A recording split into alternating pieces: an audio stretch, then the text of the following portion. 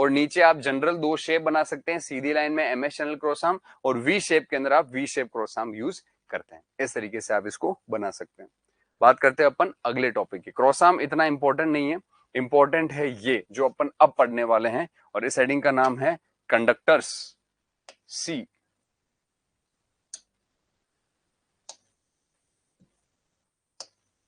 Conductors.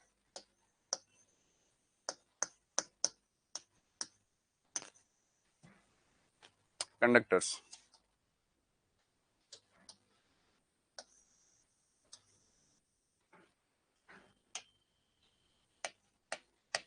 Conductors में सबसे पहला हेडिंग एज यूजुअल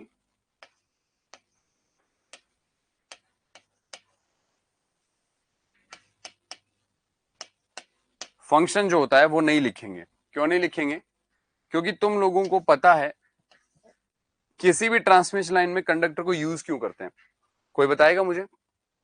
किसी भी ट्रांसमिशन लाइन में जो आपने कंडक्टर यूज किया है उसको क्यों यूज करते हैं? क्या काम है ट्रांसमिशन लाइन में कंडक्टर का? काम क्या है?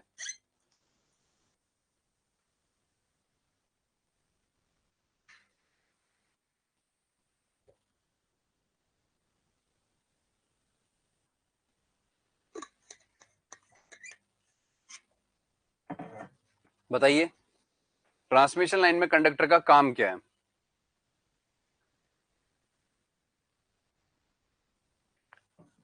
बताओ भाई। सप्लाई के लिए, पावर ट्रांसमिट, एकदम सही। रामायण, शुभम, राकेश, एकदम सही बात। पावर को ट्रांसमिट करने के लिए आप ट्रांसमिशन लाइन में कंडक्टर का प्रयोग करते हैं। तो अब इस चीज को लिख करके क्या करोगे? फंक्शन तो सबको पता है कि पावर ट्रांसफर करने के लिए कंडक्टर लगा है।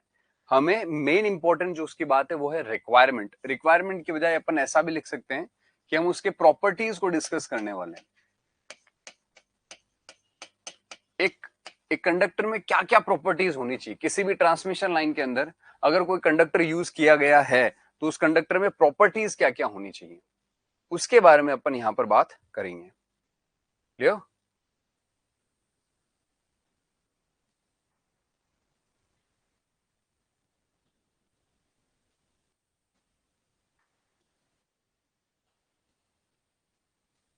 प्रॉपर्टीज। प्रॉपर्टीज के अंदर अगर अपन बात करें पहली प्रॉपर्टी की, फर्स्ट प्रॉपर्टी क्या है बताओ? आप बताओ मुझे, किसी भी ट्रांसमिशन लाइन में कंडक्टर में कौन कौन सी प्रॉपर्टीज होनी चाहिए? कमेंट करके बताएं मुझे जल्दी से।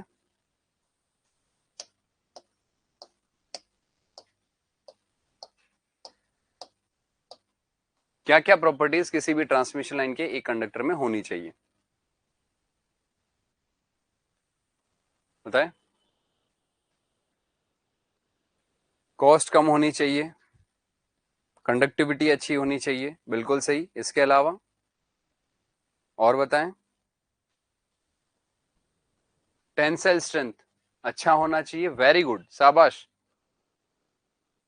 Long life, good.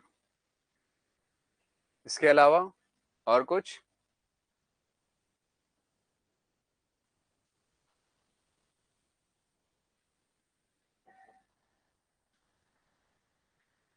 कंपिटेबल to transmit high power, वो तो अपन अपनी रिक्वायरमेंट के अकॉर्डिंग जो है उसकी साइज को चेंज कर सकते हैं। इसके अलावा और कोई? वेटलेस होना चाहिए। बिना बिना वजन का तो कैसे होगा यार? वेटलेस तो कैसे कर सकते हो तुम उसको? हम्म, वेटलेस कैसे कहोगे?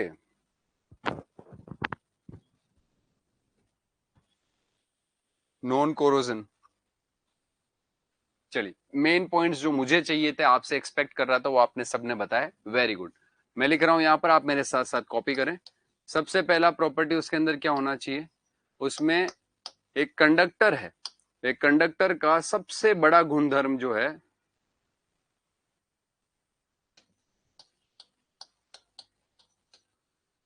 हाई कंडक्टिविटी, उच्च चालकता। कंडक्टिविटी अच्छी होनी चाहिए, किसी भी कंडक्टर की कंडक्टिविटी जो है वो अच्छी होनी चाहिए। और उसके बाद में सेकंड जो है वो आता है हाई टेंसाइल स्ट्रेंथ।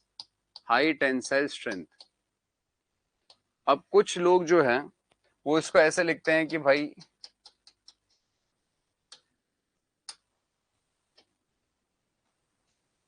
कुछ लोग इसको ऐसे लिखते हैं कि हाई मैकेनिकल स्ट्रेंथ होनी चाहिए।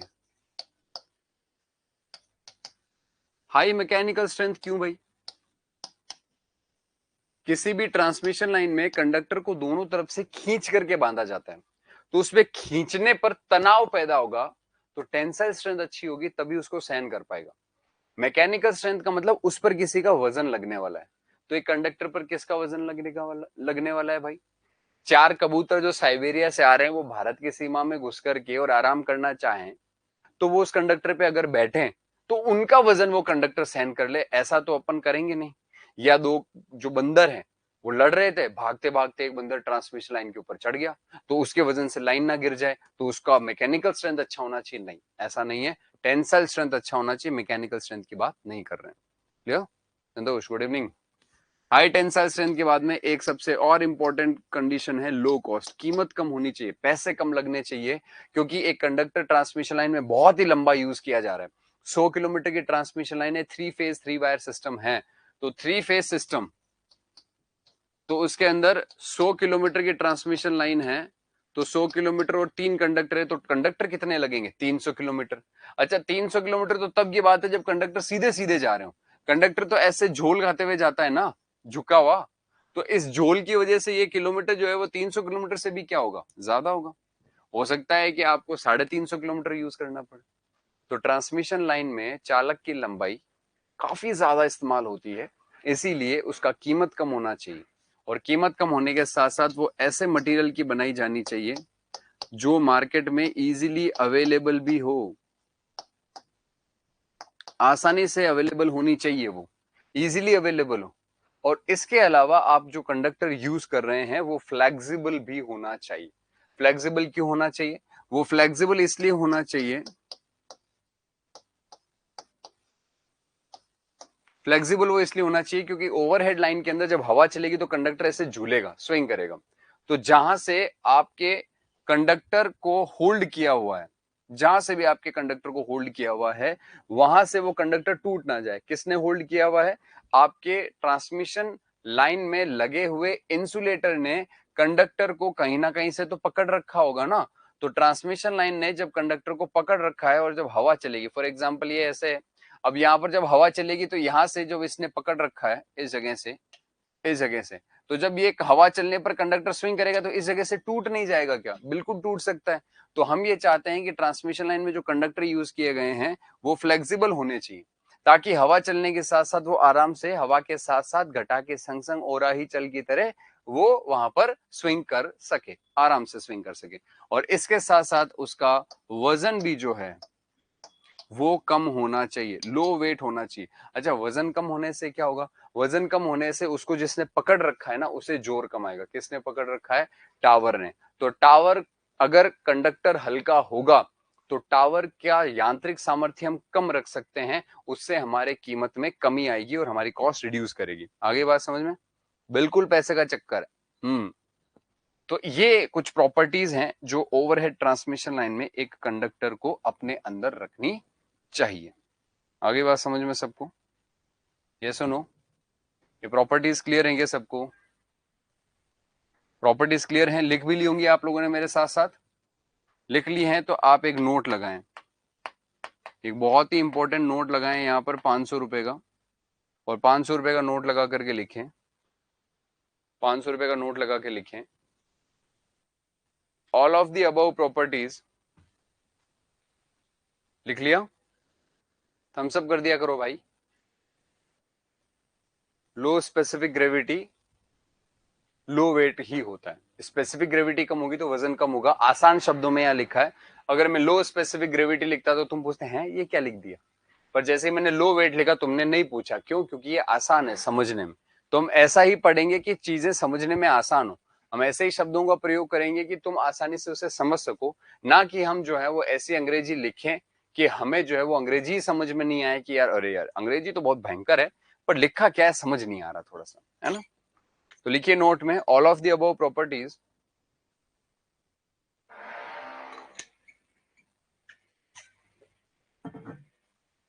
all of the above properties do not lie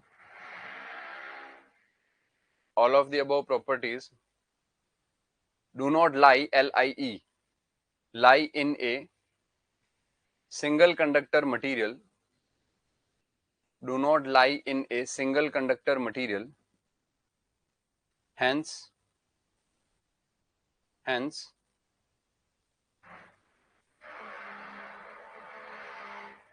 fuse is, sorry, all of the above properties do not lie in a single conductor material, hence a compromise will have to made between a compromise will have to made between a compromise will have to made between compromise will have to made between cost and desired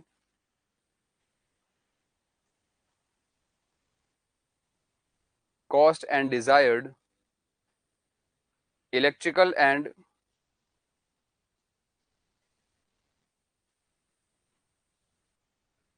mechanical requirement.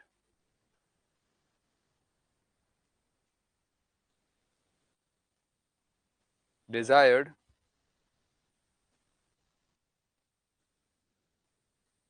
electrical and mechanical requirements.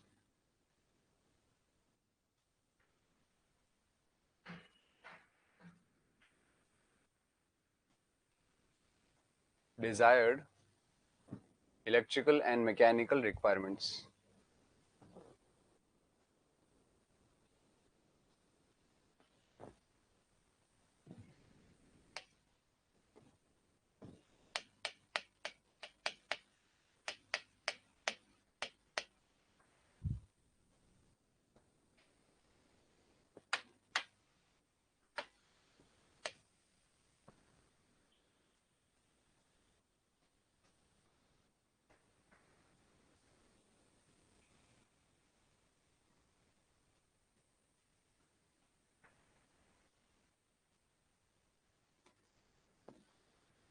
लिख लिया? देखो समझते हैं अपन ने ये point क्या लिखा है और किस लिए लिखा है.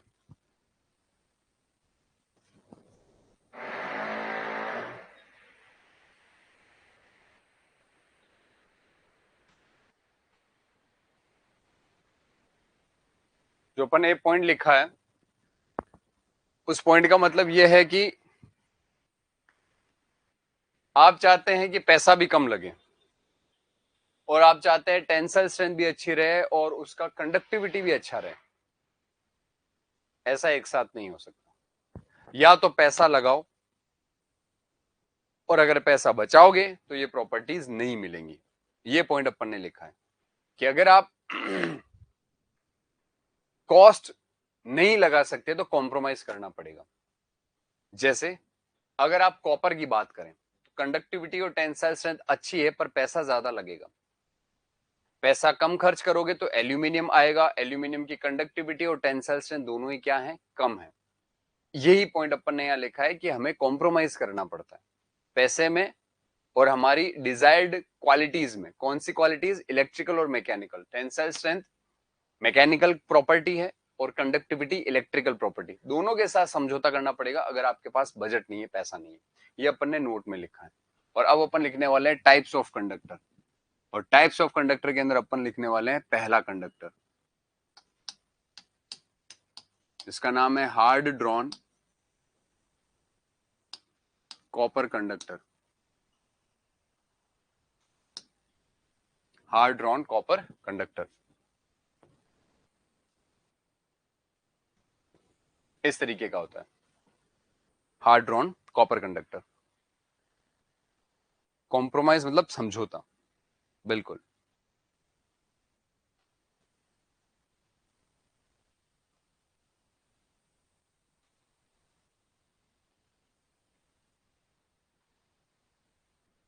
थैंक यू शुभम स्टूडेंट्स को गाइड करने के लिए. क्लियर?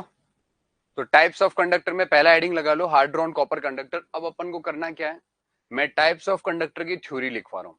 आप एक एक करके थ्योरी के पॉइंट्स लिखते जाएं मैं लास्ट में एक साथ सारे के सारे जितने भी कंडक्टर लिखवाऊंगा उनको एक ही फ्लो में एक्सप्लेन करूंगा, क्योंकि सब एक दूसरे से जुड़े हुए हैं। तो आप आराम से सुन करके थ्योरी लिखें। क्लियर? लिखिए, हार्ड ड्रॉन कॉपर कंडक्टर, इसके बारे में लिखिए। कॉपर विदाउट एनीलिंग, इसमें क्या होता है?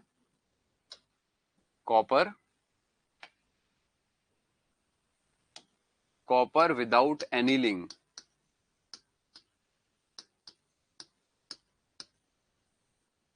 थ्योरेटिकल पोर्शन है, थोड़ा लंबा चलेगा, आराम से सुनकर लिखते जाना, बीच में आप कोई भी तरीके की बातचीत ना करें, डिस्टर्बेंस क्रिएट होगा।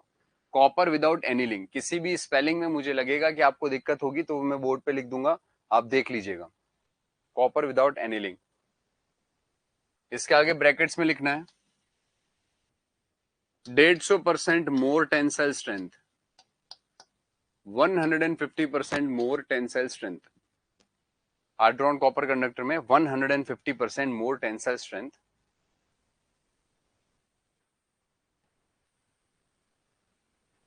Second point, long life,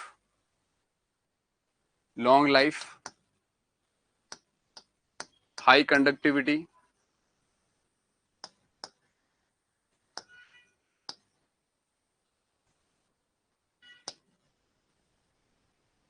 long life, high conductivity and high scrap value.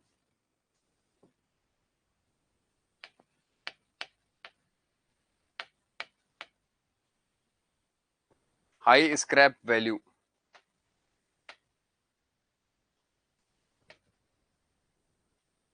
High scrap value. Scrap value का मतलब होता है कबाड़ की कीमत, कचरे की कीमत। बेचोगे तो कचरे का पैसा अच्छा मिलेगा, कबाड़ कीमत। क्लियर? नेक्स्ट अगला लिखिए cadmium copper conductor. Cadmium copper conductor, ये ऐसा होता है दिखने में, इसके अंदर कैडमियम मिलाया गया है।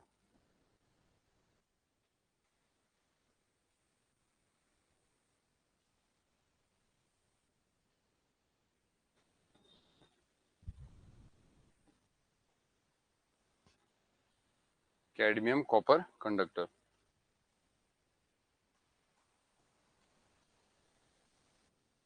कैडमियम कॉपर कंडक्टर में लिखिए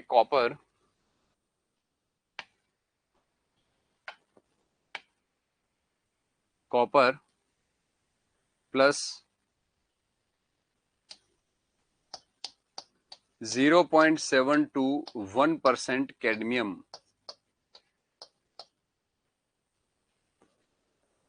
कॉपर प्लस 0.721% कैडमियम। इससे क्या होगा? ब्रैकेट्स में 50% more tensile strength than copper, इसके आगे ब्रैकेट्स में लिखना है 50% more, MORE, more tensile strength than copper.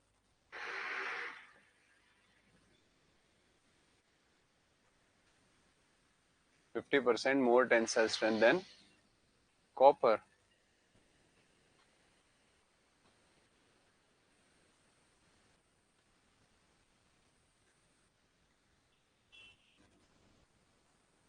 %50 more tensile strength than copper. Second point लिखिए इसी के अंदर second point, conductivity decreased bye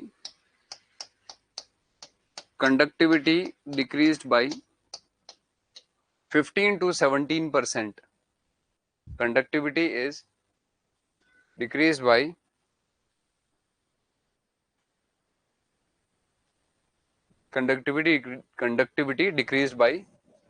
15 to 17%. 15 to 17%.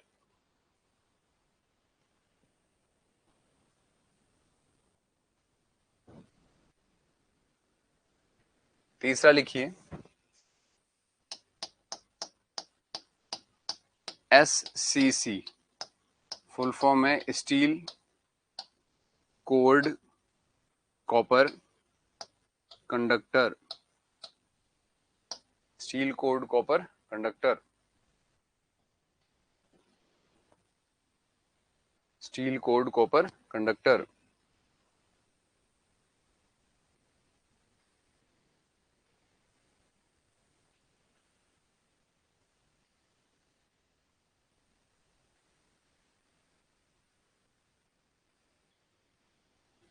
ये जो स्टील कोड कॉपर कंडक्टर है जो यहां पर बनाया गया है, इसके अंदर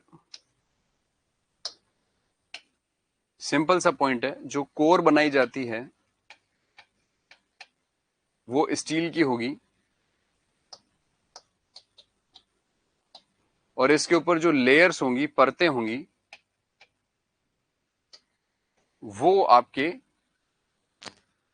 कॉपर की यूज की जाएंगी। यहां पर ऐसा नहीं है डायग्राम में। ये जो डायग्राम है इसके अंदर स्टील के ऊपर कॉपर को परत के रूप में चढ़ाया गया, और केवल परत नहीं है, काफी मोटी परत यहां पर यूज की गई है। तो इसको आप लोग कॉपर क्लैड कंडक्टर भी कहते हैं। कॉपर क्लैड कंडक्टर, ये जो है वो कॉपर क्लैड कंडक्टर है। कॉपर को स्टील के ऊपर क्लैडिंग कर दिया गया है। क्लैडिंग मतलब परत चढ़ा दिया गया है। तो ये जो कंडक्टर है वो पहले यूज होता था, अभी ये यूज नहीं हो रहा है, इसलिए इमेजेस इसकी अवेलेबल नहीं है। बट आपको मैं इसका आइडिया दे दूं, अभी मैं ACSR कंडक्टर का इमेज दिखाऊंगा। तो ACSR के जैसा ही होता है सेम, बस फर्क इतना है कि ACSR में एल्यूमिनियम का यूज किया जाता है ऊपर की तरफ स्टील के, और इसमें कॉपर का यूज किया जाता है, बस इतना सा। दूसरा पॉइंट लिखिए इसके अंदर। अच्छा, इसका फुल फॉर्म, ये पहला पॉइंट हो गया, कोर स्टील लेयर कॉपर। दूसरा पॉइंट लिखिए इसके अंदर, steel increases tensile strength. Steel increases tensile strength. Steel increases tensile strength. Steel increases tensile strength of conductor. Tensile strength of conductor. Tensile strength of conductor. Clear? चलिए next discuss करते हैं। Fourth वाली pick में कौन सा conductor, extra pick है, वो मैंने ऐसे ही डाउनलोड कर रखी थी। एक्चुअल में वो कॉपर वेल्ड कंडक्टर को रिप्रेजेंट करती है। कॉपर वेल्ड कंडक्टर में अब जैसे अपन ने यहाँ पर स्टील के ऊपर कॉपर यूज किया है, तो इसको चिपकाया नहीं है अपन ने, केवल लेयर है ऊपर। और अगर उस पर परमानेंट वेल्डिंग कर दें, मतलब कि स्टील के ऊपर कॉपर की वेल्डिंग कर दी जाए परमानेंट, उसे कॉपर वेल्ड कंडक्टर कहा जाता है। उसकी कंडक्टिविटी बहुत खराब होती है, इसीलिए उसको यूज नहीं करते अपन। तो उससे क्वेश्चन भी नहीं आते, तो अपन उसको पढ़ेंगे नहीं। नेक्स्ट अपन बात करते हैं fourth number, that is fourth number,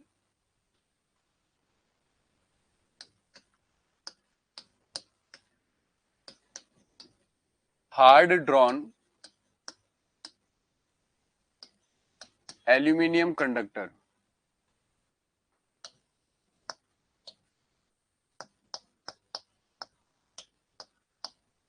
hard drawn aluminium conductor. अब ये जो हार्ड ड्रॉन एल्यूमिनियम कंडक्टर है, जिस प्रोसेस के तहत आपका हार्ड ड्रॉन कॉपर कंडक्टर बनाया गया है, सेम उसी प्रोसेस को फॉलो करके हार्ड ड्रॉन एल्यूमिनियम कंडक्टर भी बनाया जाता है। तो इनके भी इमेजेस आप लोगों को मैं शो कर दिए रहता हूं, आप अच्छे से उनको देख लें, समझ लें, परख लें, जान लें, पहचान लें। थोड़ी देर बाद अपन इनको डिस्कस करेंगे सबको, each and every.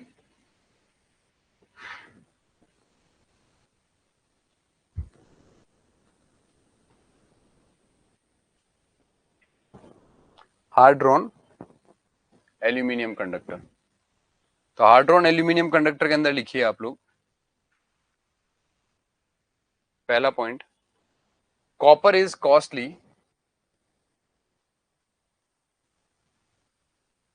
copper is costly, hence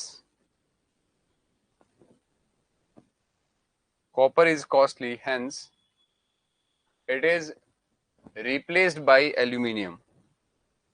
Copper is costly, hence it is replaced by aluminium. Copper is costly, hence it is replaced by aluminium.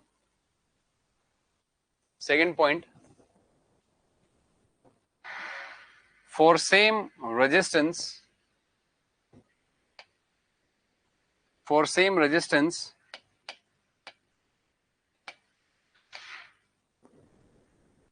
aluminium conductor has, for same resistance, aluminium conductor has 60% greater cross section area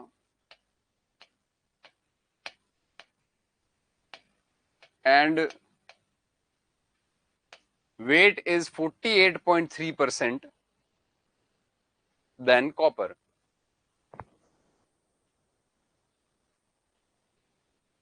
For same resistance, aluminium cross section area is 60% greater and weight is 48.3% than copper. Power system के question कहां से solve करें? ढंग से चालू तो होने दो पावर सिस्टम को. Sir, you seems a bit low today. No दादा, अब थ्योरी लिखाते टाइम ऐसे कम ऑन लिखिए, अगला पॉइंट लिखिए. हाँ, अगला पॉइंट लिखना है तुम लोगों को. ध्यान से कान खोल करके लिखिए. 60% एरिया ज्यादा होता है और वजन मात्र 48% होता है. ऐसे कौन लिखाता है थ्योरी? मोटिवेशनल सेशन थोड़ी देख रहे हो, थ्योरी लिखनी है आराम से. अभी जैसे मैंने अचानक से जोर से बोला, तुम्हारे एकदम से कान के पर्दे हिल गए होंगे, एकदम आंखें खुल गई होंगी. अरे भाई, नींद ही आ गई थी, एकदम से जगा दिया सर ने. बहुत ही बढ़िया किया सर, बीच बीच में बोलते रहा करो ऐसे. तो ऐसे थोड़ी होता है. आराम से, तुम आराम से लिख रहे हो, मैं आराम से टहलते हुए तुम्हें थ्योरी लिखा रहा हूं. बोलते बोलते मैं इमेजेस भी मेरे सेट कर ले रहा हूं ताकि समय ना लगे इनको समझाने में, है ना. गौर से देखिए इसको. यही है वो एसीएसआर कंडक्टर. हाँ, यही है जो यूज किया जाता है ट्रांसमिशन लाइन के अंदर. आप अपने नियरेस्ट ट्रांसमिशन लाइन में जाकर चेक कर सकते हैं. आज ही जाइए और अपने घर से निकल जाइए और मैदान में खुलेआम जाकर के और पोल पर चढ़ जाइए और मरिएगा नहीं, नीचे उतर जाइएगा. पोल पे नीचे खड़े खड़े मोबाइल का कैमरा चला करके जूम करिएगा, आपको ऐसा ही कंडक्टर वहां पर दिखाई देगा. कम ऑन, क्या मतलब है इसका?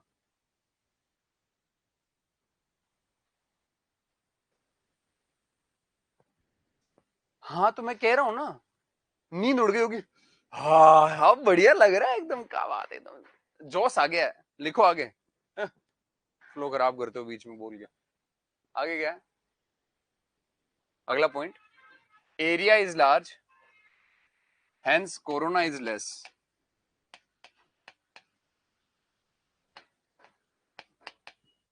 Area is large, hence corona is less.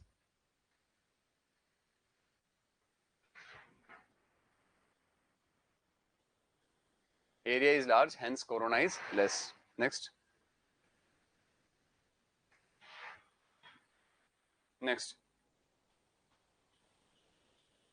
अच्छा, area is large hence corona is less, साथ में लिख लो. And heat dissipation is also easy. Heat dissipation is also easy.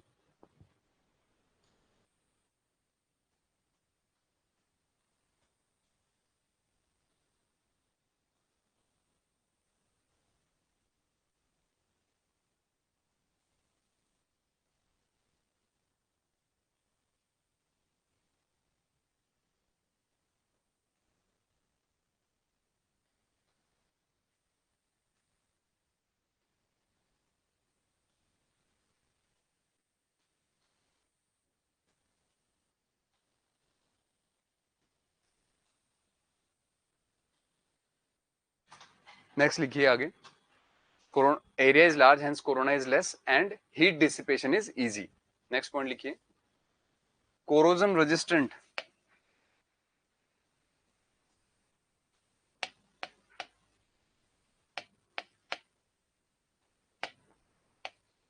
Corrosion resistant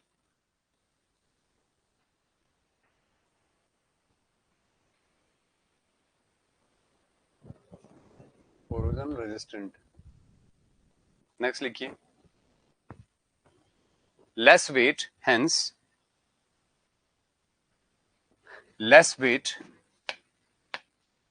hence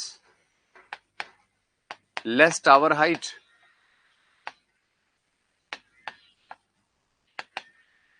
Less weight, hence less tower height.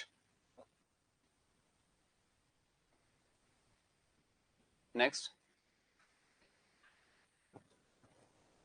easy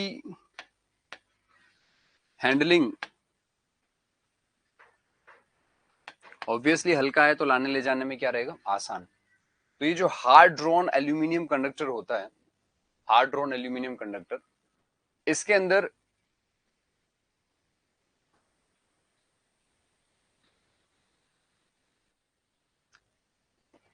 जिस process के तहत hard drawn copper तैयार किया है, उसी प्रोसेस के तहत इसको भी तैयार किया जाता है ना। तो इनकी थ्योरी को मैं बाद में एक्सप्लेन करूंगा, अभी मैं सिर्फ पॉइंट्स लिखवा रहा हूं आपको, तो आप इत्मीनान से लिखते चलें। इसके बाद में नेक्स्ट आता है अपना 5 नंबर, सबका प्यारा राज दुलारा ACSR।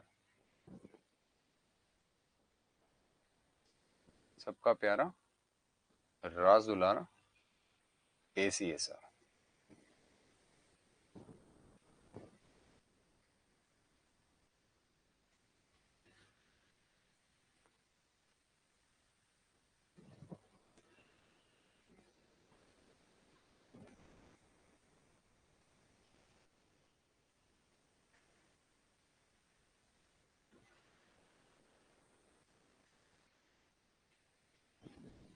है ना।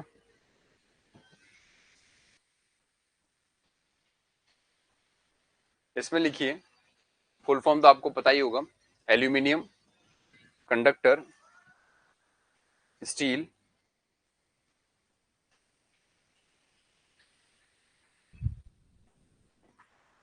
Aluminium conductor steel reinforced.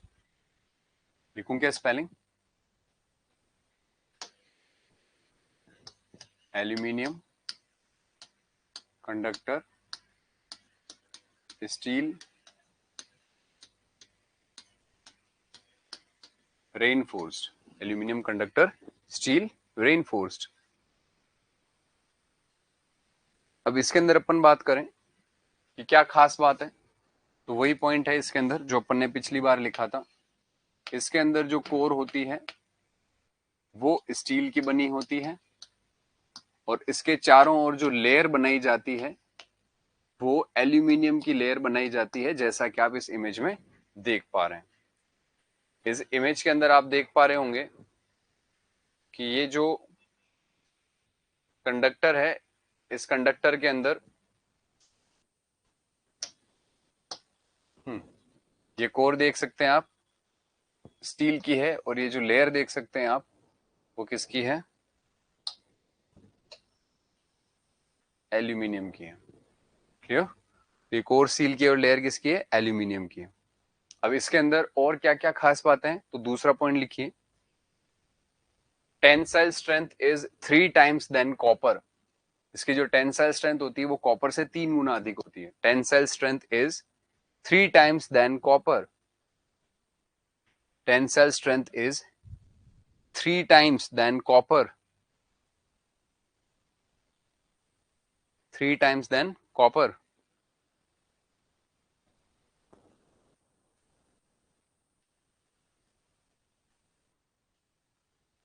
Three times than copper.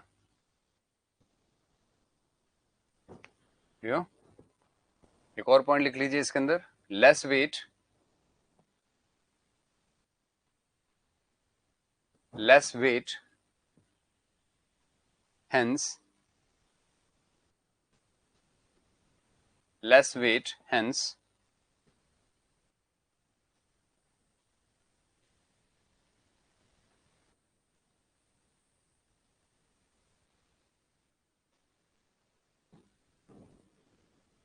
less weight, hence less tower height.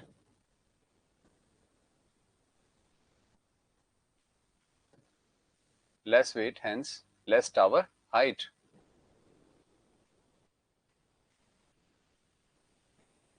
और इसके बाद नेक्स्ट पॉइंट लिखिए एग्जाम्पल। एग्जाम्पल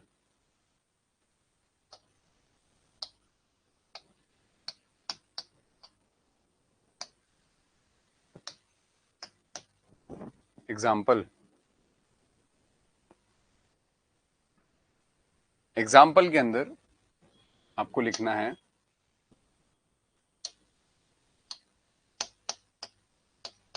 ये टाइप्स ऑफ एसीएसआर में एग्जाम्पल में आपको ये लिखना है डॉग, पैंथर, जेब्रा और मूज, 4 नाम लिखने हैं। बोर्ड पे देख लीजिए, चित्र के साथ यहाँ पर वर्णनित किया गया है इनको कि डॉग आपने गली के अंदर देखा होगा, इस प्रकार का डॉग होता है और आप अच्छे से देख सकते हैं कि ये डॉग चुपचाप से यहाँ पर खड़ा है। फिर आप देख सकते हैं कि पैंथर यहाँ पर जो है वो जेब्रा के पीछे पीछे उसको खाने के लिए जा रहा है, तो दूसरा प्रकार जेब्रा का हो गया। और ये बेचारा जेब्रा जिस तरीके का तार है वैसा ही कुछ नजर आ रहा है और जेब्रा के आगे मूज है जो बारहसिंगा जैसा दिखता है। एलन सोले कपड़े की ब्रांड का जो लोगो है वो भी मूज जानवर से ही लिया गया है, इसी से प्रेरित है। तो ये 4 इसके नाम है। सर इन 4 नामों में अंतर क्या है? जब आपको ये सारी थ्योरी समझाई जाएगी उस दौरान आपको बताया जाएगा। फिलहाल चित्र से जो वर्णन किया गया है उससे आपको प्रतीत हो रहा होगा कि डॉग छोटा जानवर है तो तार का साइज छोटा है, पैंथर बड़ा जानवर है डॉग की तुलना में, ताक का साइज बड़ा है। और इसी तरीके से जानवर के आकार के बढ़ने पर चालक के आकार में वृद्धि हो रही है और इनके वोल्टेज के मान और इनके धारा वहन क्षमता और तापमान के मान नीचे की तरफ यहाँ पर दिए गए हैं। आप अपने वीडियो की क्वालिटी को उच्चतम स्तर पर करेंगे तो आप ये लिखे हुए अक्सर देख पाएंगे। ये डेटा याद नहीं करना है, ये सिर्फ और सिर्फ आपको प्रैक्टिकल पावर सिस्टम से मिलाप कराने के लिए दिया गया। आशा है आप लोगों को ये अच्छे से समझ में आया होगा।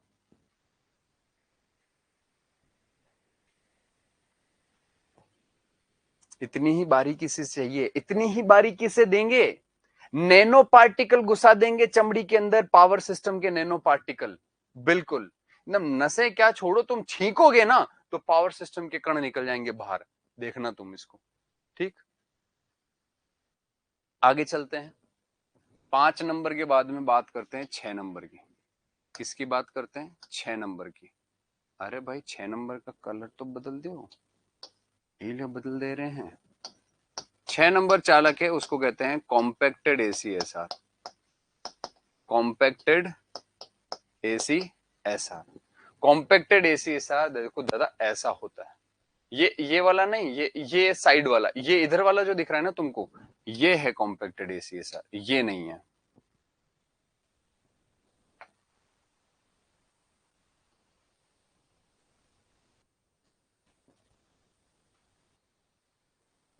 देख रहे हो विनोद, तकनीक का प्रयोग, इसको नहीं देखना है तुम्हें।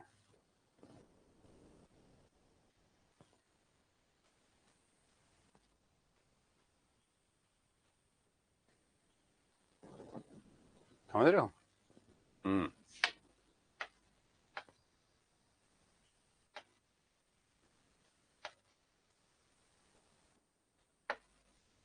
तो ये आपका कॉम्पैक्टेड एसीएसआर होता है, ये वाला। बाहर से देख रहे हो स्मूथ, एकदम स्मूथ सरफेस है, लड़ीदार का लड़ीदार और स्मूथ का स्मूथ, इसको कहते हैं। हाँ, क्लोथिंग ब्रांड से याद रहेगा, एलन सोले के जानवर हैं जो ना, वो मूज ही होता है। बिल्कुल। बात कर रहे हैं 7 नंबर चालक की। कॉम्पैक्टेड एसीएसआर को, अच्छा आप ऐसे भी लिख लें, इसे बॉडी स्मूथ एसीएसआर भी कहा जाता है। बॉडी स्मूथ एसीएसआर, ये इसका एक नाम होता है। Body smooth ACSR. और अगला है अपने पास में एक्सपांडेड एसीएसआर। एक्सपांडेड एसीएसआर, ये एक्सपांडेड एसीएसआर ये रहा यहां पर आपकी नजरों के एकदम ठीक सामने। इसमें क्या किया जाता है? इसमें चालक एवं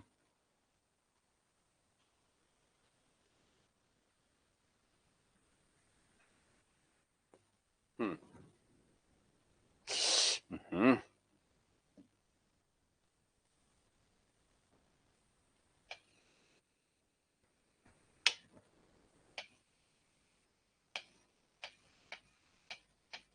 इसमें यहां पर चालक जो होता है उसके कोर और बाहर के एल्यूमिनियम के बीच में फिलर मटेरियल डाल दिया जाता है। देखो यहाँ पे लिखा है, नजर आ रहा है फिलर मटेरियल लिखा हुआ। तो यहां पर एल्यूमिनियम जो होता है बाहर की तरफ, इस एल्यूमिनियम और सेंटर में जो स्टील होता है, इसके बीच के अंदर जो है वो फिलर डाल दिया जाता है, FILLER, फिलर। ये फिलर एक फाइब्रस मटेरियल होता है जो इसका एरिया बढ़ाने का काम करता है। सर ये एरिया क्यों बढ़ाया गया है यहाँ पर? एरिया बढ़ाने से क्या होगा भाई? ये यहाँ लिखा है एरिया बढ़ाने से कोरोना घट जाता है, और वैसे थ्योरी में इसकी एक्सप्लेन करूंगा, इसलिए इस फिलहाल सिर्फ लिखें। ये हेडिंग लगाएं कॉम्पैक्टेड ACSR, इसको लिख लें। इसे बॉडी स्मूथ ACSR भी कहते हैं, it is also known as body smooth ACSR। और एक्सपांडेड ACSR के अंदर आप लिख लीजिए समटाइम्स। मैं इसकी हेडिंग लगा ली है आपने, तो इसमें स्टेटमेंट लिख रहा हूं, मतलब बोल रहा हूं, आपको लिखना है sometimes plastic and fibrous material sometimes plastic and fibrous material are introduced between sometimes plastic and fibrous material are introduced between plastic and fibrous material are introduced between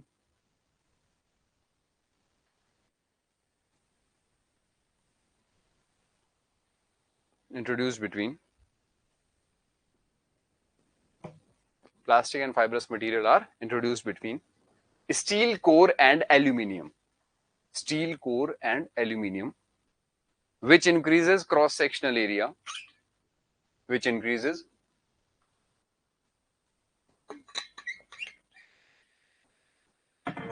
cross sectional area,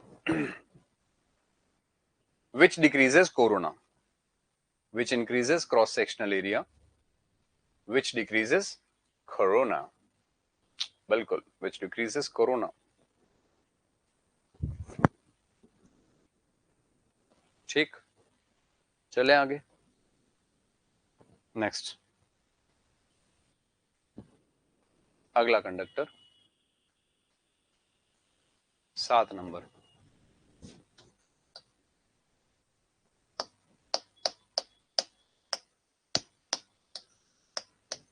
ACAR, और 8 number है AAAC। इसका नाम है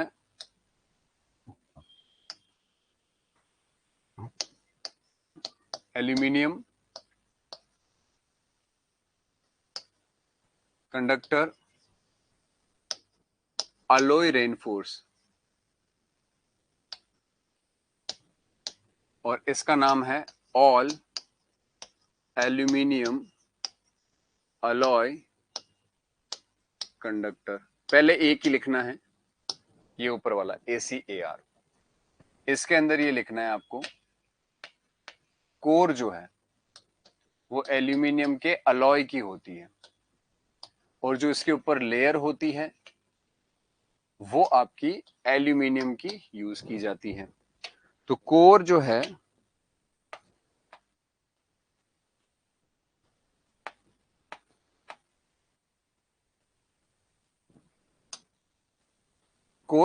वो aluminium alloy की हो गई, और लेयर उसके ऊपर किसकी होगी? एल्यूमिनियम की। सेकंड पॉइंट लिखिए इसी में सेकंड पॉइंट लिखिए, फॉर सेम इलेक्ट्रिकल कैपेसिटी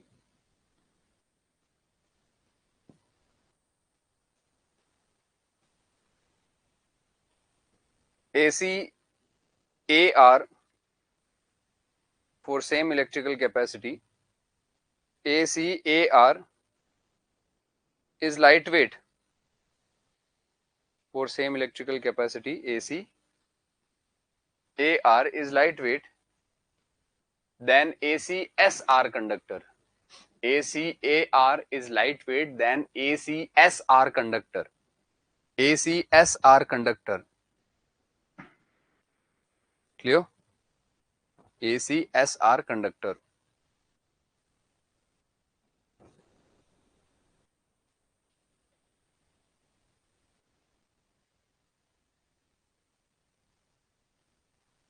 अगला लिखिए AAAC। AAAC, all aluminium alloy conductor all aluminum alloy conductor. Yes.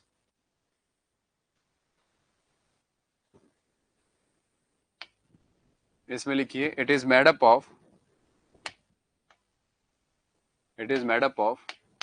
aluminium, magnesium, silicon alloy.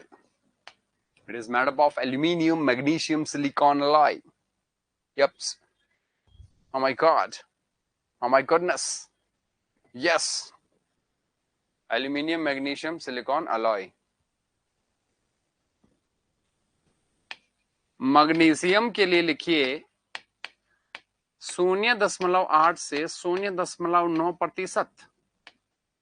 And silicon के लिए लिखिएगा 0.8 से 0.9%।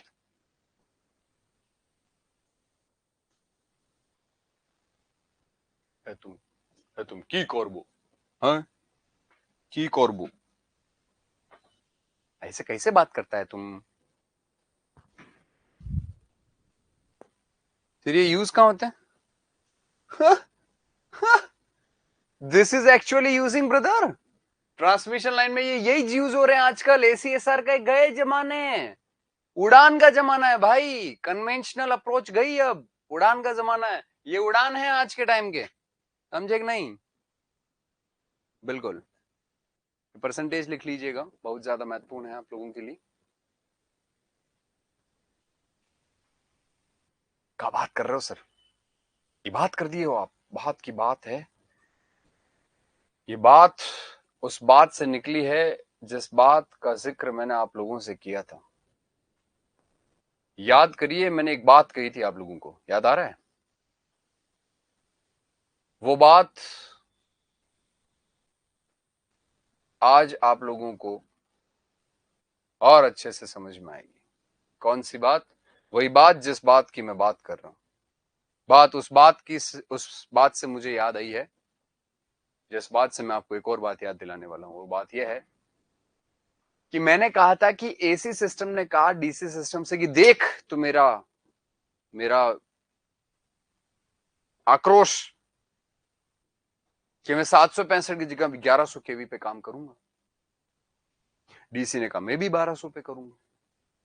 तो वोल्टेज का लेवल जब बढ़ता है तो पैसा नहीं बढ़ता क्या यार? ये इतनी आसानी से कैसे कह देते हैं कि मैं अब 400 से नहीं अब 765 यूज करूंगा? पैसा नहीं बढ़ता क्या? वोल्टेज बढ़ने पर इंसुलेशन की कॉस्ट तो बढ़ती है। यस, पैसा बढ़ता है, पर हम नई तकनीक का प्रयोग करते हैं, उससे पैसा उतना नहीं बढ़ता जितना बढ़ना चाहिए। फॉर एग्जाम्पल, आज के समय में अगर बहुत पुरानी तकनीक से मकान बनाए जाएं तो मकान बनाने में समय भी ज्यादा लगेगा और पैसा बहुत ज्यादा लगेगा। कहते हैं ना कि पुराने जमाने के तो स्ट्रक्चर भाई 500 साल हो गए आज भी वैसे हैं, क्योंकि उस समय क्वालिटी मेंटेन की जा रही थी। क्वालिटी मेंटेन की जा रही थी, इंजीनियरिंग तो अच्छी थी ही थी।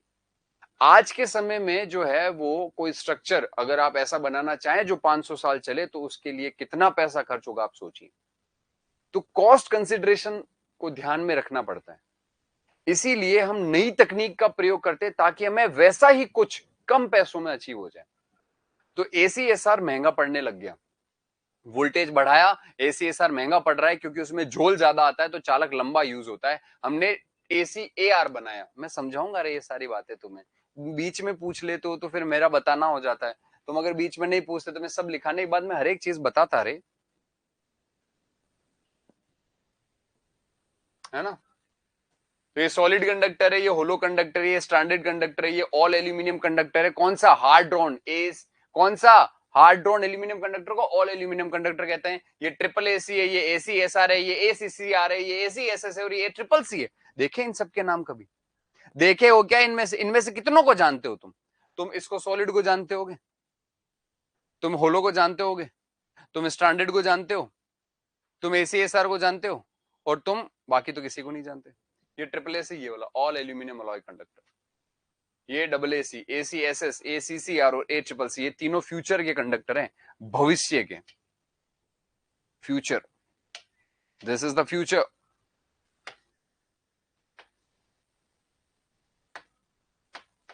फ्यूचरिस्टिक्स, फ्यूचरिस्टिक चालक तीनों ही 1 2 3 तीनों के तीनों। S triple AC is the latest technology that we are using right now, ये अपन यूज कर रहे हैं अभी, क्योंकि इसका वजन बहुत कम होता है, इसकी टेंसाइल स्ट्रेंथ बहुत तगड़ी, इसको बहुत तेजी से बहुत ज्यादा खींच सकते हैं। ज्यादा खींचोगे सैग कम आएगा, सैग कम आएगा, टावर का हाइट कम रखना पड़ेगा, पैसा बचेगा। सैग कम आएगा तो चालक की लंबाई कम लगेगी और पैसा बचेगा। पैसे का चक्कर है सब।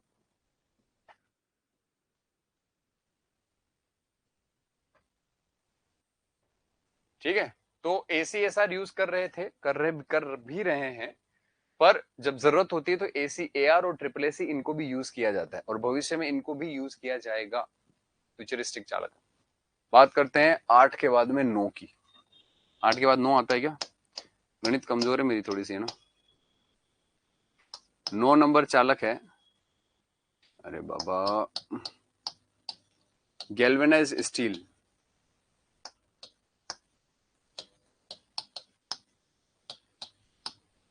गैल्वेनाइज स्टील, गैल्वेनाइज स्टील चालक। अब गैल्वेनाइज स्टील जो है उसकी क्या खास बातें हैं? बहुत ज्यादा खास बातें हैं, बहुत ही ज्यादा। गैल्वेनाइज स्टील की तो अत्यंत खास बातें हैं। लिखो, use for making earth wire and stay wire. अगला हेडिंग लगाइए गैल्वेनाइज स्टील और उसमें लिखिए use for making earth wire and stay wire. सवाल आएंगे सबके, फुल फॉर्म पूछेगा। गैल्वेनाइज स्टील कहाँ यूज किया जाता है? अर्थ वायर में और स्टे वायर में, STAY, earth wire and stay wire.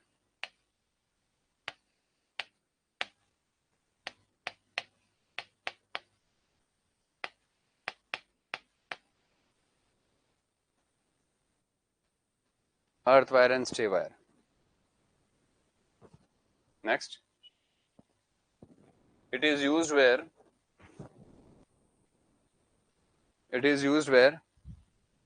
very high strength is desired. It is used where very high strength is desired, जहां बहुत ज्यादा शक्ति की जरूरत होती है।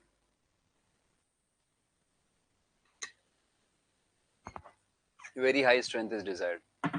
Next,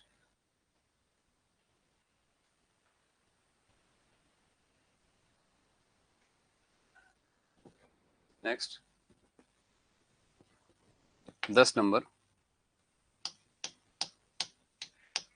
इसकी कंडक्टिविटी भी लिख सकते हो, कंडक्टिविटी 1/9 टाइम्स ऑफ कॉपर। इसकी कंडक्टिविटी कॉपर के कंपैरिजन में 1/9 टाइम्स है। Next,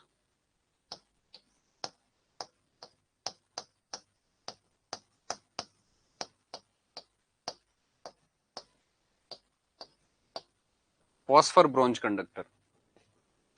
phosphor bronze conductor, phosphor bronze conductor use where phosphor bronze conductor use where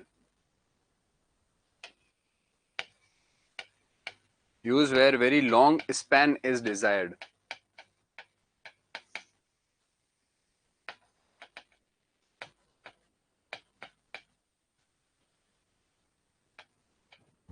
Use where very long span is desired.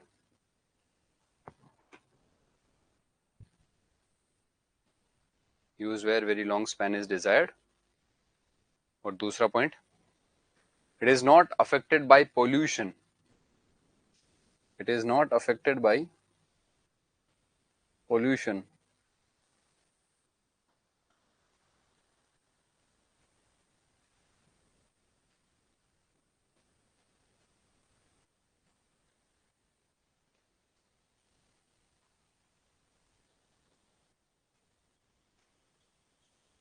It is not affected by pollution.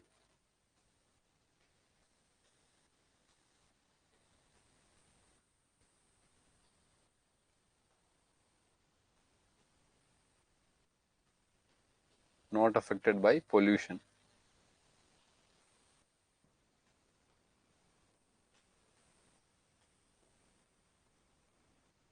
Clear? चलिए, तो ये कुछ conductors थे जो हम use कर रहे हैं। अब इनकी मैं थ्योरी को 1 बाय 1 एक्सप्लेन कर देता हूं, ध्यान से सुनना, है ना। किसी भी ट्रांसमिशन लाइन के अंदर जो कंडक्टर यूज किए गए हैं उन कंडक्टर में दो चीजें सबसे इंपॉर्टेंट है जो हमने सीखी है, कंडक्टिविटी और टेंसाइल स्ट्रेंथ। ये अच्छे होने चाहिए। हमारा बस यही टास्क रहता है कि इनको कैसे ना कैसे करके सुधारा जाए। तो हमने कहा कि कंडक्टिविटी और टेंसाइल स्ट्रेंथ तो सबसे बढ़िया कॉपर की है, क्यों ना कॉपर यूज कर लें। तो हमने कहा कि कॉपर यूज तो कर लेंगे, अच्छी बात है, बट उसमें जितनी भी टेंसाइल स्ट्रेंथ है हमें उससे भी ज्यादा करनी है, वो भी सफिशिएंट नहीं है। तो कॉपर की अपनी टेंसाइल स्ट्रेंथ को सुधारने के लिए उसको जो बनाया गया है उस प्रोसेस को चेंज किया गया। एनीलिंग कहलाता है किसी भी चीज को शुद्ध करके, प्योर करके, जब गर्म करके प्योर किया था, धातु होती है जमीन से निकाल करके लाया, गर्म किया, इलेक्ट्रोलाइसिस किया, शुद्ध धातु अशुद्ध धातु अलग अलग हो गई। तो जो शुद्ध धातु है वो पिघली हुई अवस्था में, पिघली हुई अवस्था के अंदर जो कॉपर है उसे जब ठंडा किया जाता है तो दो तरीके से किया जा सकता है, पहला नेचुरली और दूसरा फोर्सफुली। अगर जबरदस्ती ठंडा कराओगे तो ऐसे कॉपर को कहते हैं कॉपर विदाउट एनीलिंग, और अगर आप सामान्य तौर पे ठंडा होने दे तो उसे कहते हैं annealed copper, ANNEALED, annealed copper. हमने यहां पर क्या लिखा है, कॉपर विदाउट एनीलिंग, मतलब इसको जबरदस्ती ठंडा किया गया है, फोर्सफुली। ऐसा करने से होगा क्या, ऐसा करने से होगा ये कि जो टेंसाइल स्ट्रेंथ है, कंडक्टर की टेंसाइल स्ट्रेंथ, वो 150% बढ़ जाती है, 150% इंक्रीज कर जाती है, 150% टेंसाइल स्ट्रेंथ इंक्रीजेस। और दूसरा इसका फायदा ये होता है कि चूंकि कॉपर है तो ये कंडक्टिविटी भी अच्छी देगा, इसकी उम्र भी ज्यादा होगी, और इसको बेचने पर कचरे की कीमत, कबाड़ की कीमत भी ज्यादा मिलेगी एक पर्टिकुलर समय बाद जब इसको रिटायर करेंगे तब। दूसरा हमने कहा कैडमियम कॉपर कंडक्टर यूज कर लेते हैं। तो कॉपर में इस बार कैडमियम मिलाया, क्यों, एक ही थॉट प्रोसेस है, हर कंडक्टर में एक ही थॉट प्रोसेस है, कंडक्टिविटी तो कॉपर की अच्छी है ही, टेंसाइल स्ट्रेंथ को इंप्रूव करना है। पहले अपन ने हाइड्रोन कॉपर यूज किया, अब अपन दूसरा यूज कर रहे हैं कैडमियम कॉपर। इसमें कॉपर में कैडमियम डाल दिया, कितना डाला, सवाल बन गया, 0.7 से 1%। क्या हुआ, टेंसाइल स्ट्रेंथ बढ़ गया 50%। तीसरा सवाल, कोई नुकसान है, हाँ, इस बार कॉपर में आपने दूसरा बाहर से मटेरियल डाला है तो कंडक्टिविटी 15 से 17% क्या करती है, रिड्यूस कर जाती है, कंडक्टिविटी 15 से 17% रिड्यूस कर जाती है। नेक्स्ट इसके बाद में आता है स्टील कोर्ड कॉपर कंडक्टर, यानी सेंटर में आ गई स्टील और बाहर की तरफ आ गए कॉपर। यानी जिस प्रकार ACSR कंडक्टर के अंदर सेंटर में स्टील और बाहर एल्यूमिनियम है, उसमें सेंटर में स्टील और बाहर की तरफ कॉपर कंडक्टर का प्रयोग किया जाता है। तो अब आप फिर से ये जस्टिफाई कर सकते हैं क्या, क्या जस्टिफाई कर सकते हैं, ये जस्टिफाई कर सकते हैं कि स्टील की कोर को ऐड करने से टेंसाइल स्ट्रेंथ बढ़ गया कॉपर का, इसलिए स्टील ऐड किया। तो ये तीसरा वाला हो गया।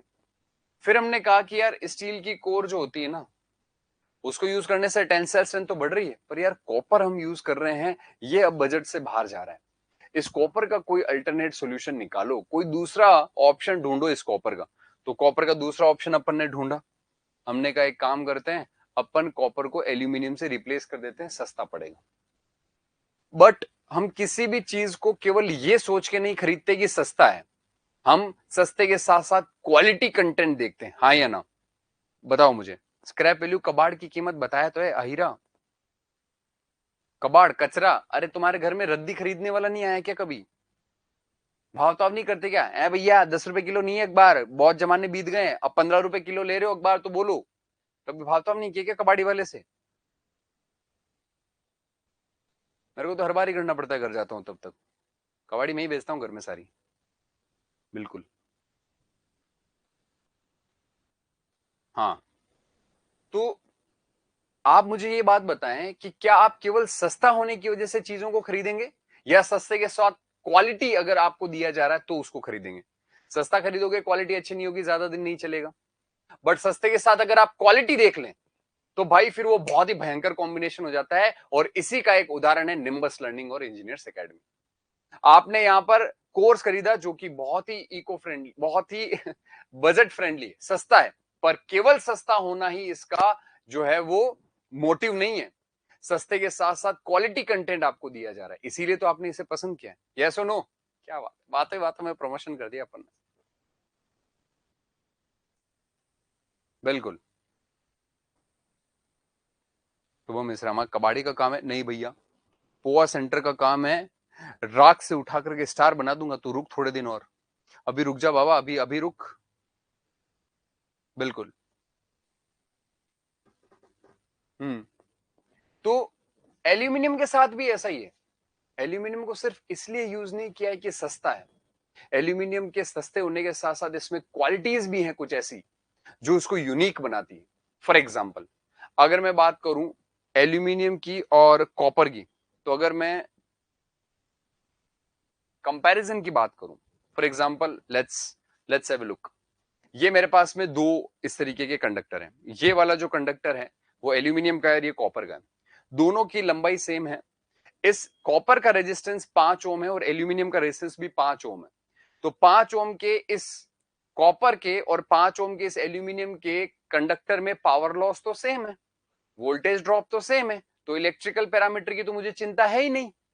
चिंता यहां पर यह है कि इसका अनुप्रस्थ काट क्षेत्रफल एरिया, एल्यूमिनियम का अनुप्रस्थ काट क्षेत्रफल एरिया कॉपर के कंपैरिजन में 60% ज्यादा है। तो सेम रेजिस्टेंस के लिए अगर आपके एल्यूमिनियम का क्रॉस सेक्शन एरिया 60% ज्यादा है तो एरिया के बढ़ने से कोरोना घटता है। आज ये बात मान लो कि एरिया के बढ़ने से कोरोना घटता है। जिस दिन कोरोना पढ़ाऊंगा उस दिन इस बात को साबित करूंगा मैं गणित के साथ, और उस दिन ये भी याद दिलाऊंगा कि याद करो वो दिन जिस दिन हमने पढ़ा था क्या, ये टॉपिक, कौन सा topic, hard drawn aluminium conductor. एक एक पॉइंट याद दिलाऊंगा। मैं ये भी याद दिलाऊंगा कि 2 नंबर पॉइंट लिखा है तुम लोगों ने वहां पर। बिल्कुल। तो एरिया बढ़ने से कोरोना घटता है, मान लीजिए फायदा हो गया एक और, कोरोना लॉस घट गए तो पैसा बचा। वजन भी 48% है, तो वजन कम होने से सैग कम आएगा, सैग कम आएगा तो टावर का हाइट कम रहेगा तो और पैसा बच गया। कोरोजन रेजिस्टेंट है, जंग नहीं लगेगा, उम्र ज्यादा हो गई और पैसा बच गया। इसके अलावा इजी हैंडलिंग है, हल्का है, लाने ले जाने में आसान है और पैसा बच गया। यानी केवल खरीदने में ही सस्ता नहीं है, इसको यूज करने से इसने ओवरऑल ट्रांसमिशन की कॉस्ट को भी रिड्यूस किया है, इसीलिए हम इसका प्रयोग करते हैं। आई बात समझ में? पर प्रॉब्लम क्या है? प्रॉब्लम यह है, यहां पर प्रॉब्लम यह है कि एल्यूमिनियम की टेंसाइल स्ट्रेंथ अच्छी नहीं है यार। कंडक्टिविटी में we can somehow manage the conductivity between copper and aluminium because these मतलब because the conductivity of aluminum and copper is almost same, it is approximately same. So we are not just concerned about the conductivity of the aluminum, we are much more concerned about the tensile strength of aluminum. So how to increase the tensile strength of aluminum? Simple, we'll use steel core. हम steel की core का प्रयोग कर लेते हैं। Aluminium को बाहर परत के तौर पर प्रयोग किया जाता है और स्टील को केंद्र के अंदर कोर के तौर पर प्रयोग किया जाता है, कुछ इस प्रकार जैसा आपको इस छाया चित्र में दिखाया गया। तो स्टील की कोर का प्रयोग करने से चालक की जो तन्य क्षमता है उसके मान के अंदर वृद्धि हो जाती है और ये कॉपर के मान का 3 गुना हो जाता है।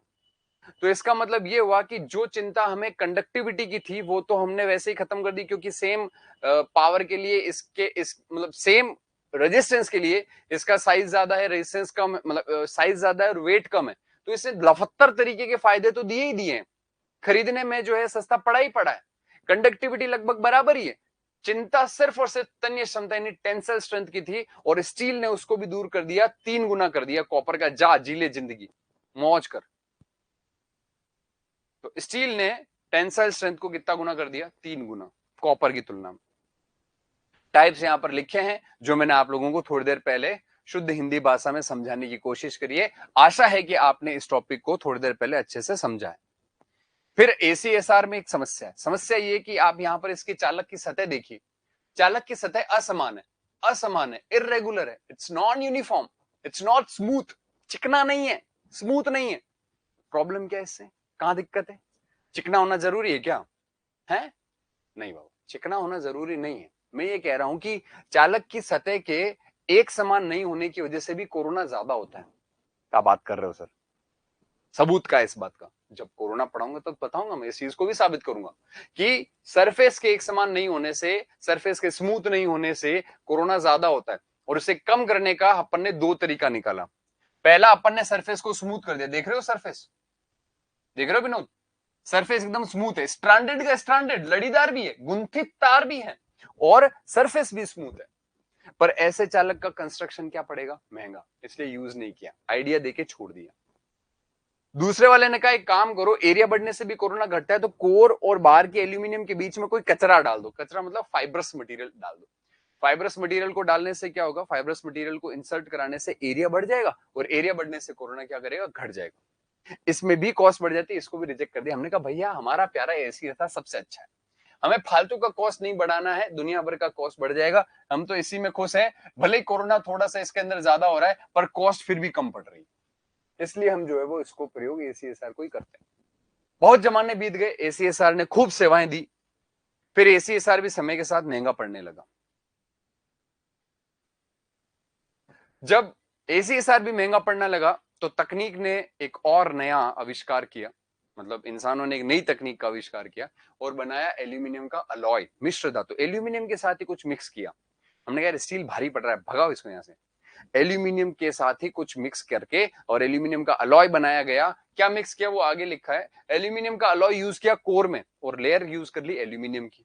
तो एल्यूमिनियम की लेयर और अंदर एल्यूमिनियम के अलॉय का कोर, दोनों ही एल्यूमिनियम का वजन और कम हो गया, और कंडक्टर का वजन और कम हो गया, तो सैग और कम हो गया, और सैग और कम हो गया तो टावर की हाइट को अपन और क्या कर सकते हैं, कम कर सकते हैं। साथ ही साथ टेंसाइल स्ट्रेंथ भी इसकी अच्छी होती है एसी एसआर की तुलना में।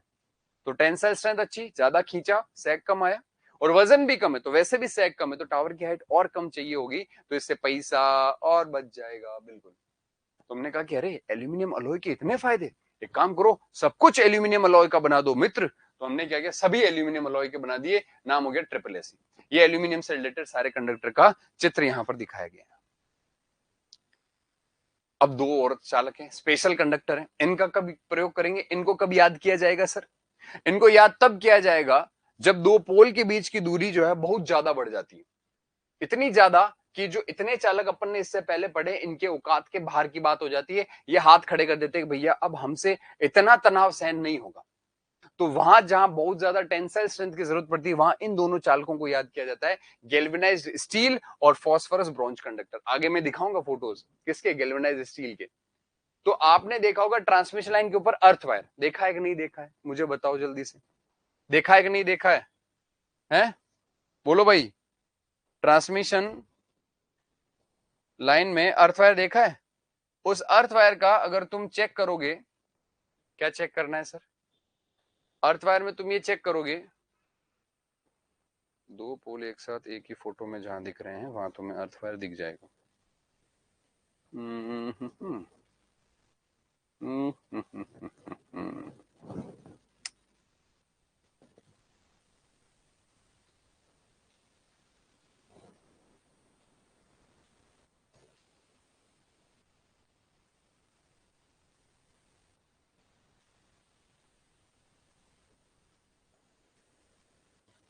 है नहीं इसके अंदर, ये एक ही है बस। तुम इसमें तो देख नहीं पाओगे, ये साइड पोज है। मतलब तुमने देखा होगा कि ये पोल जो यूज कर रहे हैं अपन, इसमें कंडक्टर तो ऐसे झूले हुए होते हैं, पर अर्थ वायर एकदम सीधा होता है। हाँ या ना? देखा है कि नहीं देखा है ऐसा? है ना? तो दो टावर्स के बीच में जो कंडक्टर लगाया जाता है, वो कंडक्टर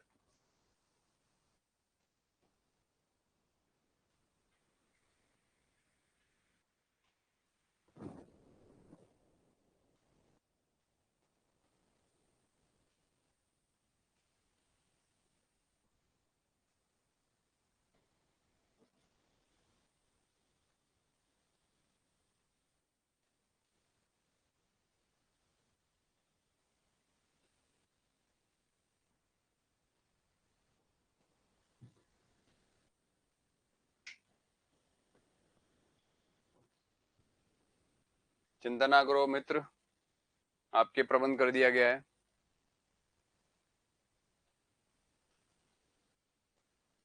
मुझे जो आपको दिखाना था वो अपन यहां से देख सकते हैं। हम्म। ये अगर इमेज साफ नजर आएगा तो देखो, इस इमेज के अंदर तुम देख पा रहे हो कि कंडक्टर काफी ज्यादा झूला हुआ है। दिख पा रहा है या नहीं दिख पा रहा तुम्हें? ये ले लो, इसमें दिख जाएगा। कंडक्टर के अंदर काफी सैग हो सकता है, पर अर्थ वायर एकदम स्ट्रेट होते हैं, एकदम सीधे। देखो तुम यहां पर ये लाइंस आपको झुकी हुई नजर आ रही है थोड़ी सी, तेरी झुकी नजर गाना सुना है तुमने, वो वाला तेरी झुकी लाइन। और ये देखो एकदम सीधा सीधा जा रहा है।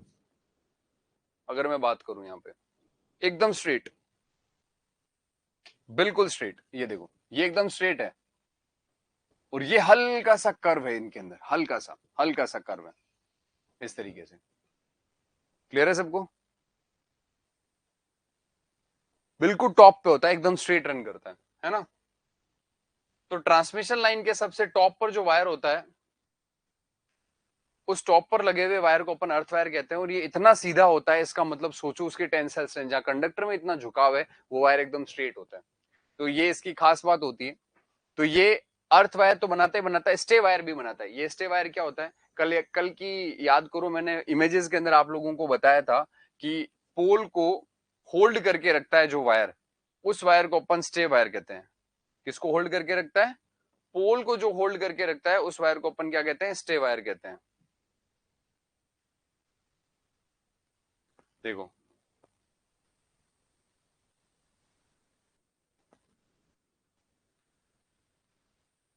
ये मैंने यहां पर समझाया था, ये देखो ये वाला, मैंने कहा था ना ये वाला वायर। तो ये जो वायर होते हैं जो पोल को पकड़ के रखते हैं, गिरने से बचाते हैं, ये वाले वायर कौन से कहलाते हैं? Stay wire. क्लियर? तो इनको स्टे वायर कहते हैं।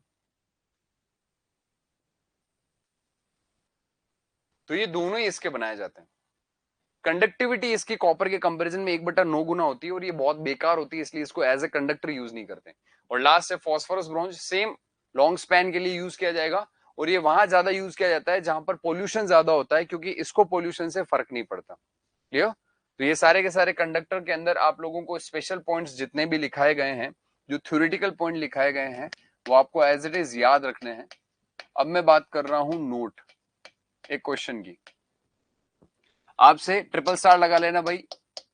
नोट्स के अंदर समय समय पर मैं इस तरीके से ट्रिपल स्टार लगवाता रहूंगा जहां से क्वेश्चन आने के प्रबल चांसेस बनते हैं, और ये इंपॉर्टेंट भी है थोड़ा सा। पहला है total number of conductor in a n layer stranded conductor.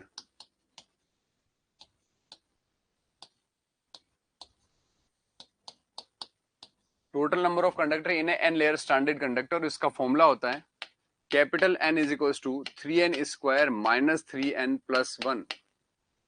और दूसरा फॉर्मूला होता है ओवरऑल डायमीटर,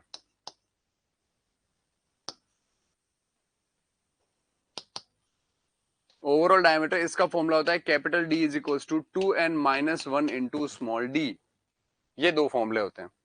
यहां से एग्जाम में सवाल आता है, काफी इंपॉर्टेंट है, इसको मैं जरा सा एक्सप्लेन कर देता हूं क्या है ये। यहां पर एक बात और है कि मार्केट के अंदर एक फॉर्मूला और चलता है।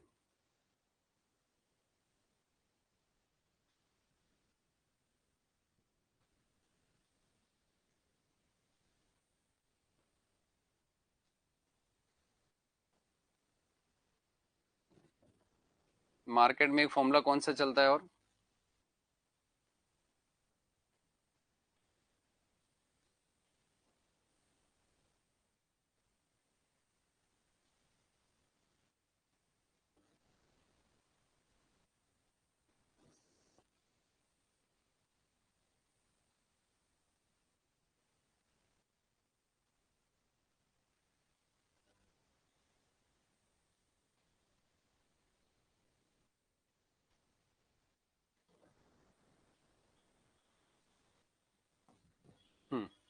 इस तरीके से ये एक स्टैंडर्ड कंडक्टर का अपन ने फिगर बनाया।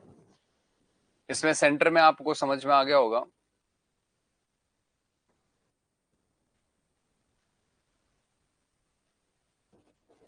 सेंटर के अंदर इसमें स्टील का कोर है, और बाहर की तरफ अपन ने एल्यूमिनियम यूज किया। अब यहां पर सवाल क्या पूछेगा आपसे एग्जाम में, क्वेश्चन क्या आएगा आपसे? कहेगा कि एक n बराबर 2 लेयर का स्टैंडर्ड कंडक्टर है। तो ये मान लीजिए n बराबर 1 लिया गया है, और इस बाहर वाले को n बराबर 2 लिया गया है। तो अगर आप कैपिटल एन का वैल्यू निकालेंगे तो कैपिटल एन का वैल्यू यहां पर दो वैल्यू पुट करेंगे, एन का वैल्यू 2 पुट करेंगे, 2 2 का स्क्वायर 4, 4 3 12, 12 माइनस 3 दूने 6, 12 माइनस 6 6 प्लस 1 कितना हो गया 7। दूसरा ओवरऑल डायमीटर की मैं बात करूं तो यहां पर n बराबर 2 रखेंगे तो 2 दूने 4, 4 माइनस 1 कितना हो गया 3d। तो देख लो 1 2 3 4 5 6 7।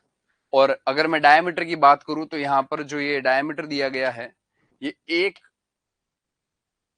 कंडक्टर का डायमीटर दिया गया है स्मॉल डी, और ये यहां पर टोटल डायमीटर इससे रिप्रेजेंट किया जाता है यहां से लेके यहां तक।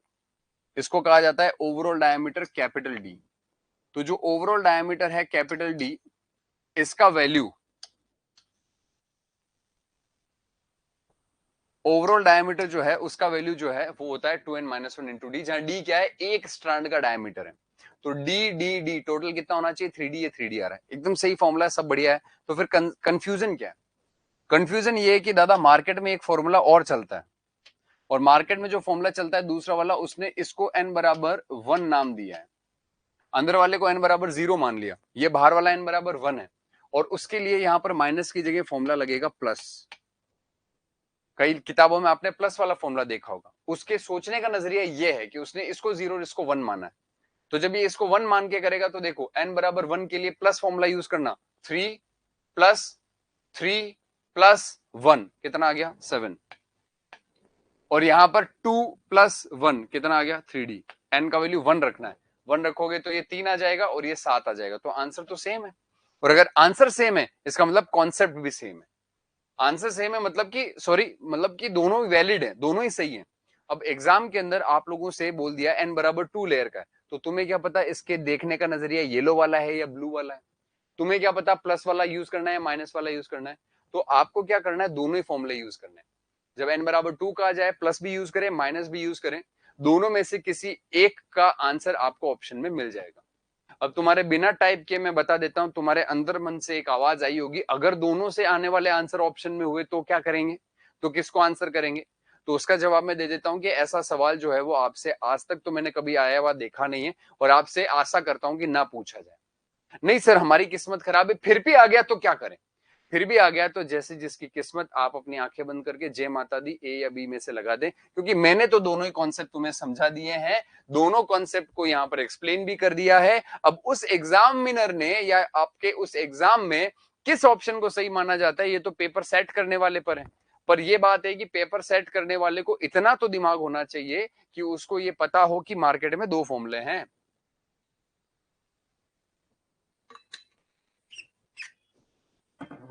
आगे बात समझ में? अब दूसरा, कई बार एग्जाम में फॉर्मूला पूछ लेता है। फॉर्मूला पूछेगा तो अब ऑप्शन कैसे बनाएंगे? एक बार माइनस है तो एक बार प्लस तो लिखना ही पड़ेगा। तब तो सर दोनों ही फॉर्मूले आए हैं, और यस ये सवाल पूछा हुआ है, फॉर्मूला पूछा गया है, दोनों ही ऑप्शन में थे, प्लस वाला भी माइनस वाला भी। अब बताओ सर, अब बताओ, हमने कहा था ना हमारी किस्मत खराब है, अब बताओ किसको सही करें? आप बताओ क्या करें क्या ना करें, मर जाएं, कितना पढ़ें? मरो नहीं बेटा, ऐसा है कि अलग अलग एग्जाम वालों ने अलग अलग आंसर माना है। यूपी के अंदर ये सवाल जब पूछा गया तो उन्होंने प्लस वाले को जो है वो बहुमत दिया है, और जब यही सवाल हिमाचल में पूछा गया तो माइनस आंसर गया, उत्तराखंड में पूछा गया माइनस वाला सही माना गया। तो अलग अलग स्टेट में अलग अलग कंसेप्ट हैं भाई, जिसने जो आंसर सही मान लिया वो सही है, अपन ने दोनों पढ़ लिए हैं, तुम्हारी किस्मत, तुम जो क्या कहते हैं आंसर करो, वो अगर सही निकल जाए तो बढ़िया है। मेरे हिसाब से तो भाई इतनी जाती नहीं करेगा, आपसे दोनों ऑप्शन एक साथ पूछ लिए जाएंगे दोनों फॉर्मुलों से आने वाले। अब तुम कहोगे सर फिर भी मतलब आप अगर होते, मतलब मान लो आप होते तो आप इनमें से क्या आंसर करते? अब तो मुझे धर्म संकट में डालोगे कि आपके हिसाब से इनमें से क्या सही होना चाहिए। तो भाई अपन जो है वो निरपेक्ष आदमी, दोनों ही मैंने कंसेप्ट बता दिए हैं, मैं किसी भी एक को आंसर नहीं करता। तुक्का लगाने वाली बात है तो फिर तो लगाते ही, बट हाँ तो सर कौन सा तुक्का लगाना पसंद करते हैं, प्लस वाला या माइनस वाला? मैं फिर से कह रहा हूं दोनों कंसेप्ट सही हैं, जैसा एग्जाम में आपको सूटेबल लगे आप लगा लेना, बट क्वेश्चन जब पूछा जाएगा न्यूमेरिकल तो दोनों में से किसी एक का ही आंसर होगा, दूसरे का नहीं होगा। समझ में आ गई बात? यस और नो? क्लियर है सबको? तो नोट कॉपी कर ले, और अगर कॉपी कर लिया है तो थम्स अप कर दें, कंडक्टर यहां पर ओवर हो गए। नेक्स्ट अपन अगला हेडिंग पढ़ने वाले हैं इंसुलेटर।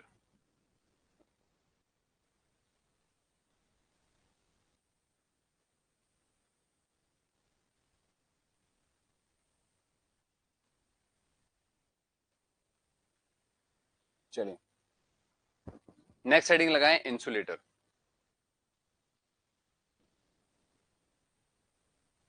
समय क्या हो गया, ओहो 4 मिनट ही बचे हैं। 4 मिनट में तो इंसुलेटर का प्रिंसिपल भी डिस्कस नहीं होगा। चलो अपन डिस्कशन तो कर ही लेते हैं, लिख कर लेंगे, है ना।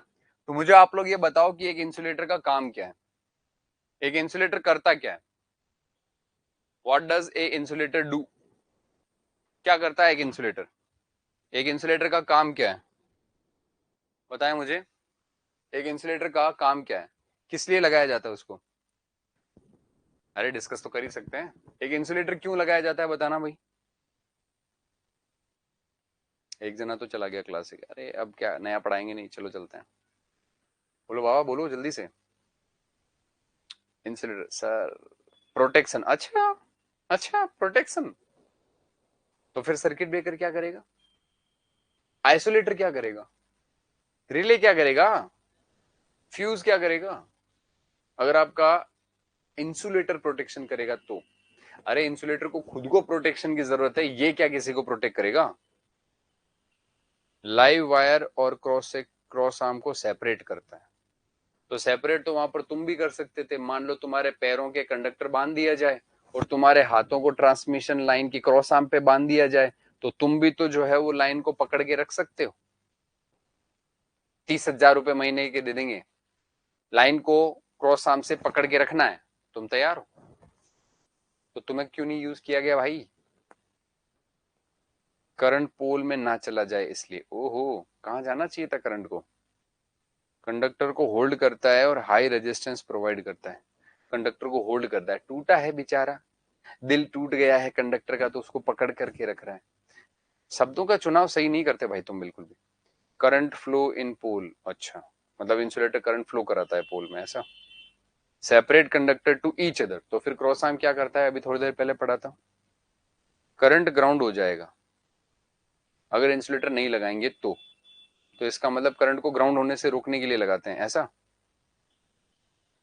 लाइटनिंग से बचाने के लिए, ओहो हो, इंसुलेटर को खुद को लाइटनिंग से बचाना पड़ता है यार, ये सिस्टम को लाइटनिंग से थोड़ी बचाता है, क्या बात कर रहे हो।